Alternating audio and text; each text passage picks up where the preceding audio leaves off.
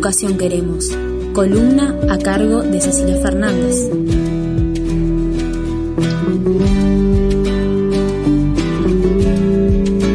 De otras versiones. Bueno, volvimos y en este caso volvimos con la columna que hoy le toca a Cecilia con la columna de educación, que la columna se llama ¿Qué educación queremos? Ella estuvo el pasado sábado, el 24 estuvo, creo, ¿sí? Exacto. El sábado 24 estuvo. Recordamos que nos trajo una consigna, recordar a las maestras, maestros, profesores o profesoras que nos marcaron. Así que hoy viene con otra temática. Cecilia, buenas y santas. Hola, ¿cómo están todos? ¿Estás bien? Bien. Me alegre. Acá esperando como todos la lluvia. Sí. ¿No llovió en Tala tampoco? No. Nada. Solamente medio que se levantó un poco de viento, Sí. Esperábamos que sí viniera el chaparrón, pero bueno, lo estamos esperando. Pero nada, sí, ojalá. Todavía no se terminó el sábado, capaz que una de esas llueve un poquito. Sí, esperemos que sí. Bueno. Otra vez les agradezco formar parte de este espacio en segunda oportunidad. En la emisión anterior estuvimos abordando el tema del sentido de la educación, ¿verdad? ¿Para qué educamos? Y bueno, estuve citando diferentes autores que manifiestan que la educación es un fin en sí misma. En lo personal me interesa volver a resaltar la ilusión, la esperanza de una educación que empodere y transforme a las nuevas generaciones para el real desarrollo de sus potencialidades, que les permitan lograr gestar sus personalidades y ser felices, que es lo que más nos importa como padres y sociedad. Y de esta manera se podría lograr un país más unido, más justo y solidario, que fomente el espíritu crítico, la participación y la defensa de la democracia de nuestros estudiantes. Esa es la premisa fundamental.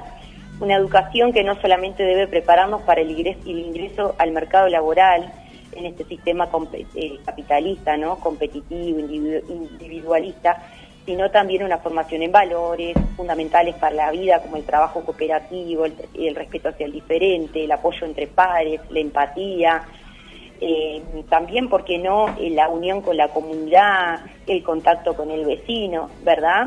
Uh-huh. Y bueno, en el esfuerzo para alcanzar esas metas, también los desafíos que se le presentan en sus vidas, y fundamentalmente, bueno, desarrollar la ilusión y la creatividad, ¿no?, que los impulse y los motive a alcanzar todas estas habilidades, siempre en mancomunión con otros. Y acá quiero agregar una cita de Barbieri que me pareció muy interesante, que dice: si el joven solo estudia para entrar al mercado laboral, entonces tiene el camino hacia ser un recurso humano asegurado, el camino para ser un fusible a quemarse, en ese estudio para saber hacer, no para ser. Si perdemos el sentido del ser, en los hacer se pierde a la persona. Y bueno, voy a mostrar un poco la contracara de esto que estaba desarrollando como introducción, para poder comprender la educación latinoamericana en la actualidad y a Uruguay en particular. Y para eso voy a introducir el tema del capital humano, que quizás es muy desconocido. Voy a tomar como referencia el artículo publicado por la doctora Alejandra Capocasale, que se titula Capital humano y educación, quien establece un debate acerca de otorgar capital a las personas para que sean más productivos a nivel económico en su ingreso laboral al sistema capitalista. Para acercarnos a una definición de capital humano, podríamos decir que son todas aquellas habilidades, talentos y conocimientos de un individuo. La adquisición de estas capacidades implica ciertos procesos comunes, como la educación formal, el entrenamiento en el trabajo y la experiencia laboral. Para los que fundamentan esta teoría, entonces, la base del capital humano está en la educación, en tanto es concebida como productora de capacidad de trabajo. Así el proceso educativo que se genera en el sistema educativo produce una capacidad nueva de producción. En otros términos, Se considera que a mayor nivel de educación y de formación, el individuo tiene mayor salario que los demás. En Latinoamérica, cuando se realiza un intento de modernización política económica en las décadas del 80 y del 90, lo hizo con la necesidad de adaptarse al proceso de globalización, y eso involucra a la educación claramente. Se comenzó a medir los estándares educativos de la región por pruebas estandarizadas a nivel mundial, como por ejemplo PISA, que toman en cuenta los conocimientos y habilidades, competencias definidas por el mercado laboral, desarrolladas por la teoría del capital humano. El resultado visible fue la implementación de reformas educativas en la región con el financiamiento de organismos internacionales como el Banco Mundial, el BID, como fue por ejemplo la desarrollada en Uruguay por Rama en la década del 90.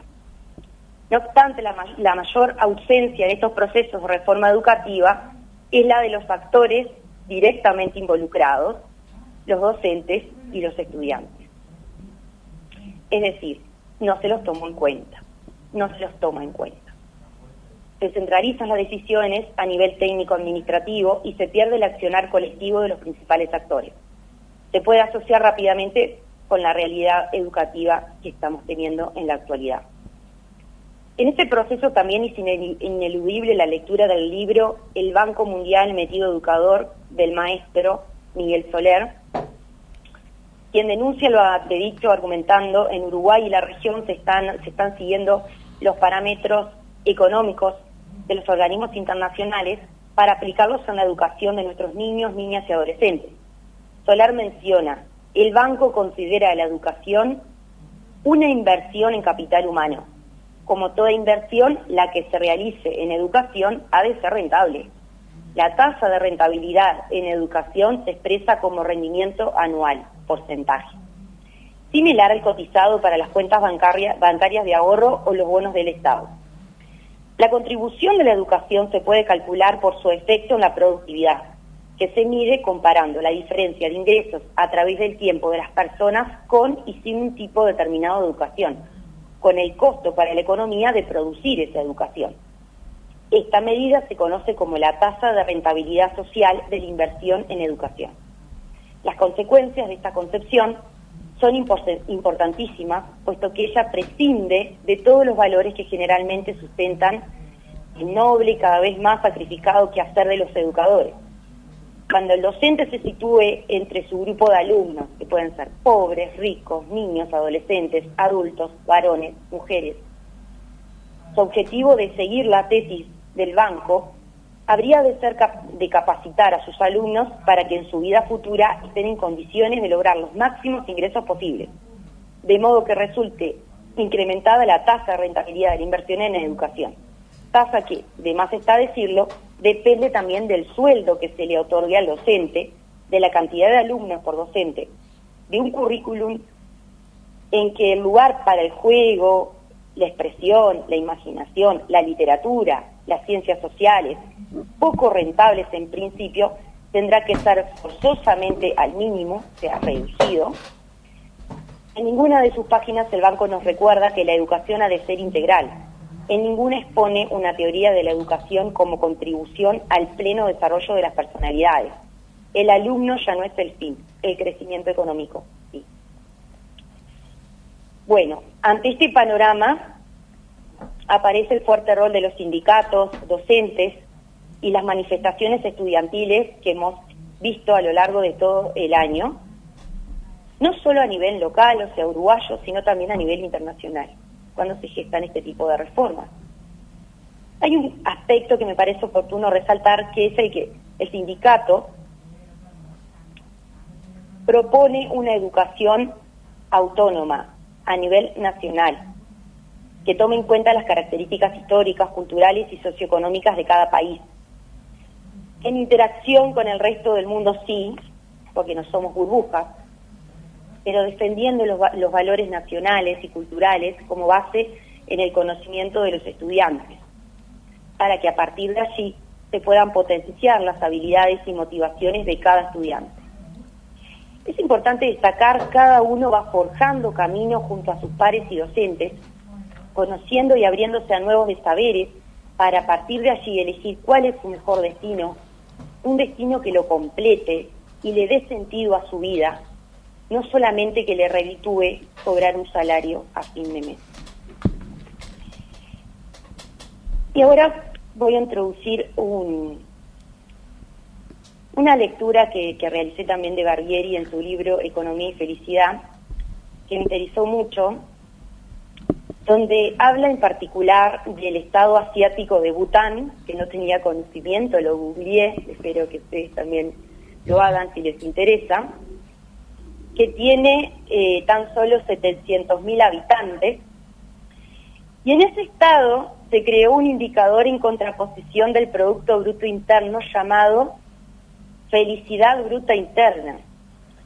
Un indicador que pretende investigar y medir la felicidad de los habitantes de su nación a través de una encuesta que se realiza cada 2 años a la población. La idea se centra en que el modo de medir el avance o el progreso no debe basarse solo en el dinero. La encuesta que se realizó en el 2007 y 2008 contaba de 180 preguntas agrupadas en 9 dimensiones. 1 era el bienestar psicológico, 2 el uso del tiempo, 3 la vitalidad de la comunidad, 4 la cultura, 5 salud, 6 educación, 7 diversidad medioambiental, 8 nivel de vida y 9 gobierno. En otros términos, el gobierno pregunta a sus ciudadanos cuál es su satisfacción en su vida actual para obtener el indicador. Por ejemplo, hay preguntas de este tipo. ¿No puede dormir por sus preocupaciones? ¿Cuántas horas dedica a la semana para vincularse con la comunidad? ¿Con qué frecuencia conversa con sus vecinos? El último estudio realizado en el 2010 informa que el 55% de los butaneses están satisfechos con su nivel de vida. Les cabe reflexionar entonces y espero que cada uno desde su lugar lo reflexione. Esta es la propuesta de hoy. Y si los indicadores económicos actuales, ¿no?, que se usan para medir el bienestar de la gente no fueran suficientes, ¿por qué hay tantas personas que se sienten solas, con elevados índices de depresión, suicidios, entre otros, en economías que tienen buen crecimiento económico? De ahí el sentido y la tarea de contener y de educar, en principio desde las propias familias y posteriormente en los centros educativos, para que nuestros estudiantes potencien sus habilidades, no solo para un mercado laboral, sino que también emocionales y, por qué no, espirituales, que les permitan dar sentido a sus propias vidas en un futuro cercano. Y quiero cerrar planteando la lectura o la escritura que hizo Alessandro de Avenia, que dice: si a la gente no le permitís soñar, la esclavizás. Esta es la destrucción más cruel, robar sueños a la gente. Entonces, bueno, me gustaría, para que todos piensen, ¿no?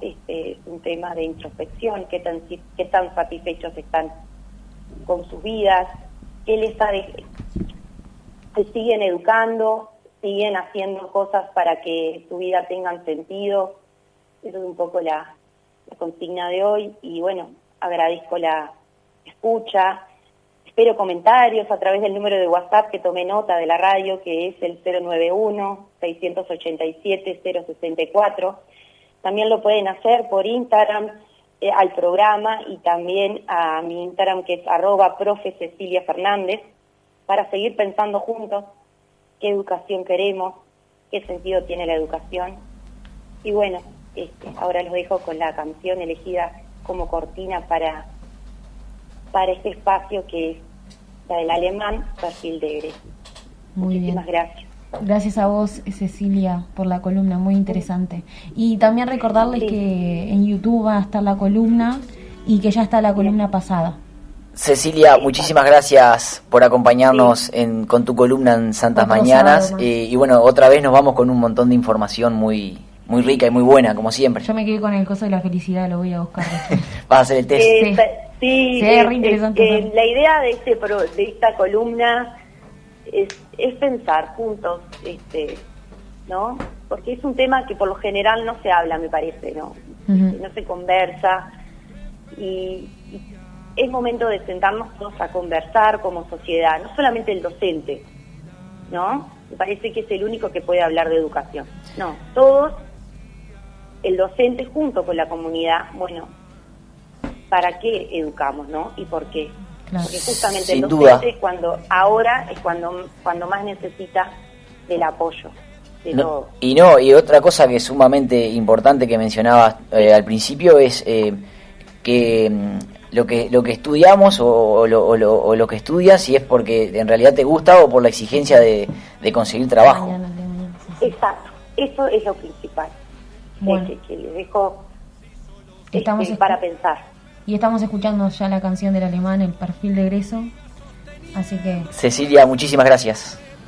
Que pasen muy bien. gracias Hasta la igualmente. próxima. Chao. Y los dejamos y después vamos a la tanda, ¿no? Así que los dejamos con el alemán y después venimos de vuelta con las entrevistas. Viva quien